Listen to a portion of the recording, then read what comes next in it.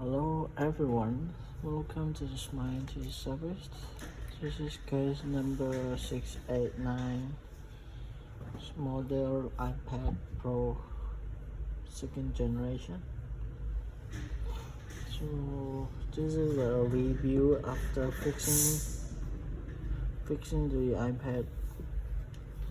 So basically the charging port doesn't work.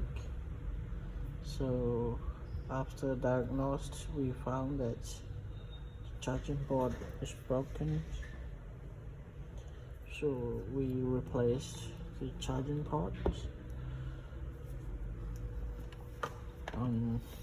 Once again, this iPad